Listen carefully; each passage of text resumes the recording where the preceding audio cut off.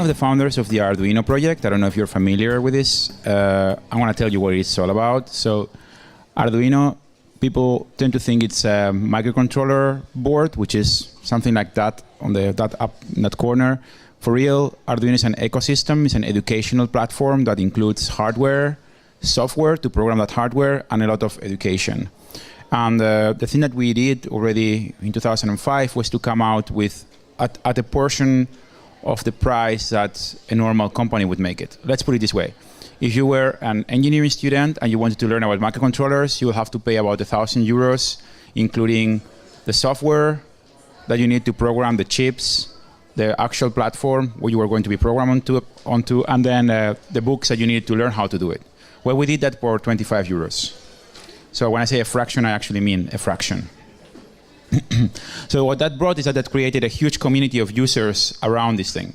I will show you some data. So what we do really is to try to simplify the experience of learning about technology in general. So we started with that thing you saw, that blue microcontroller board, which is this one.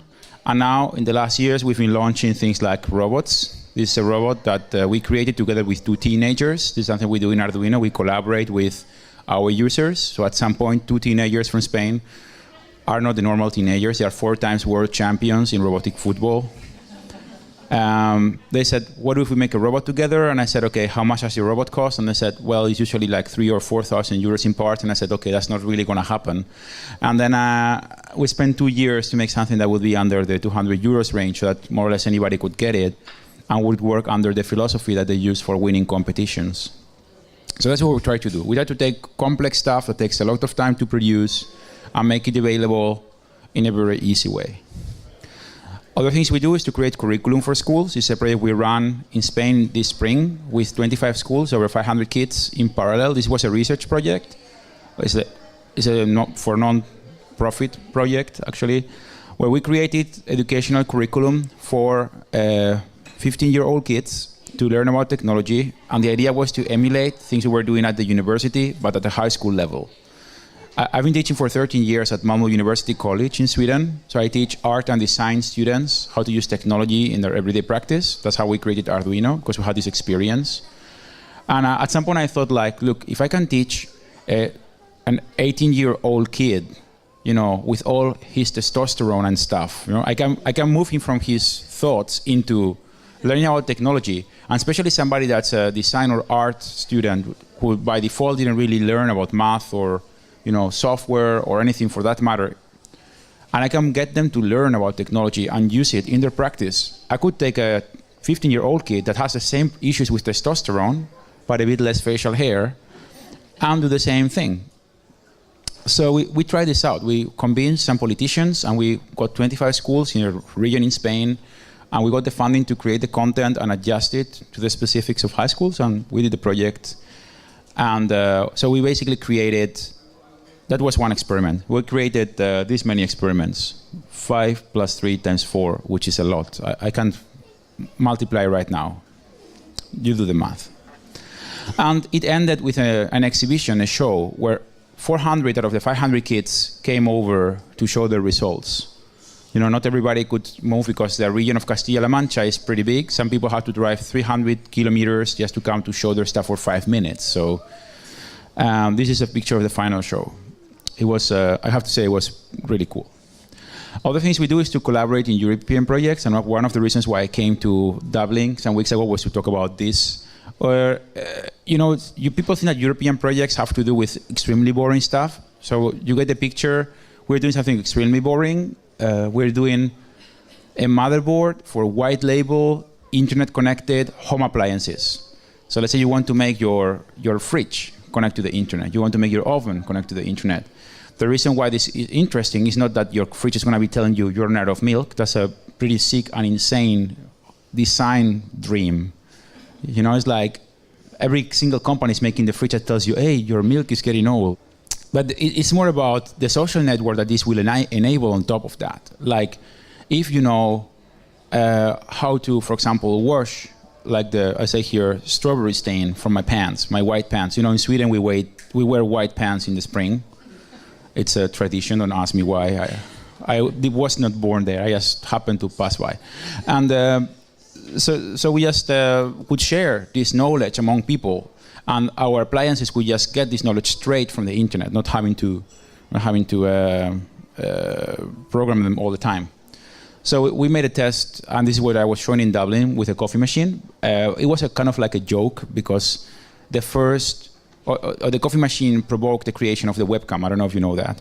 And so we were like, let's make a coffee machine connect to the internet. We work in an open office. We see the coffee machine on distance. We don't need to connect to the internet, but we thought it was fun. But how does Arduino work? You saw what we are doing, and I transported you to this world of imagination and stuff we do, but how does this work for real? Well, Arduino is that very small thing on one side. It was created by 5 people.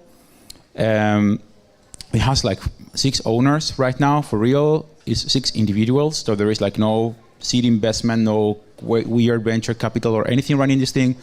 We are a multinational with 36 workers. We have a central office in Lugano, in Switzerland, offices in Malmo, Sweden, Torino, Italy, Taipei, in Taiwan, Bangalore, India, and very soon open in New York. And what we do is that we design these things. We design these things and we offer them to the industry that they manufacture the stuff and they sell it to a community of users. And that gives us a feedback. And that generates a whole secondary economy that has nothing to do with us.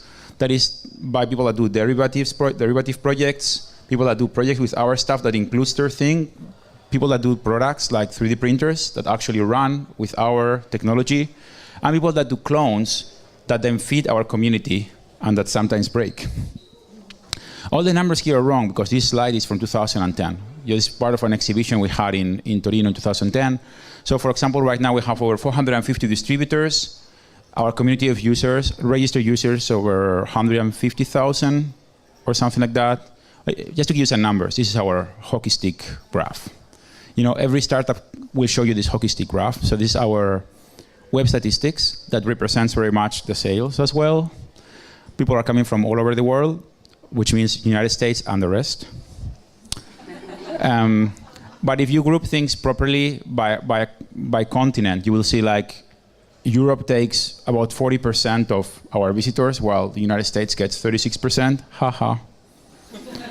And what we do is that we network. We network the traditional way. We work in a one-to-one basis.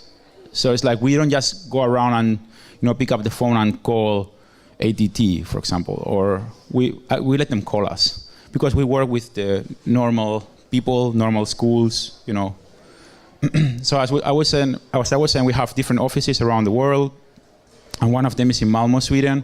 And I guess this is why Teresa invited me to come. Thank you for inviting me, by the way. So I'm going to tell you in 2 slides what is that we do in Malmo in Sweden. So we are at a culture center that is financed by the city council. It's a very normal culture center in a very normal neighborhood. And there is a co-working space where it's a free working area for freelancers. They just need to announce we need a place to go work, and they can use table, chair, and internet. There is a FabLab, there is a bike recycling shop, there is a clothes remaking group, there is a screen printing group, there is a recycling workshop, and then there is Arduino. As you see, it's a pretty heterogeneous group of people. And the things that we do, well, we are servicing that FabLab. So we have the knowledge to run all these weird machines and do digital fabrication. We act as a 0% interest bank. So I go, as Arduino, buy a, 6,000 euros laser cutter, put it in the FabLab, and it gets paid slowly back, and I don't charge any interest rate.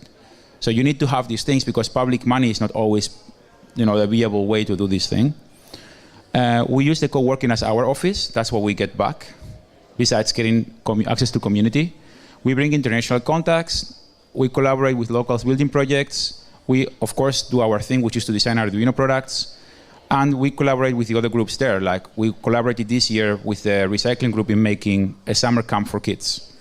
We created 3 days of activities for kids so they could come and build stuff. So just to summarize, and this is the message, it's like ideas are a bit like ice cream.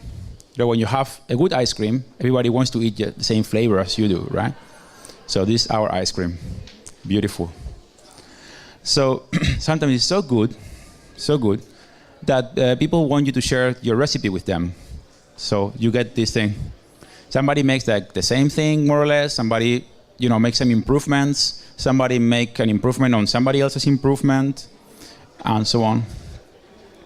So what we try to do is that we try to share our idea, because otherwise the ice cream will basically melt in our hands. It's like you have this idea and you don't have probably the economy or the power, let's say, to secure it the traditional way. It might be much better to just share it with people, because I will let you play the game in a bit of a different way, because otherwise it might melt.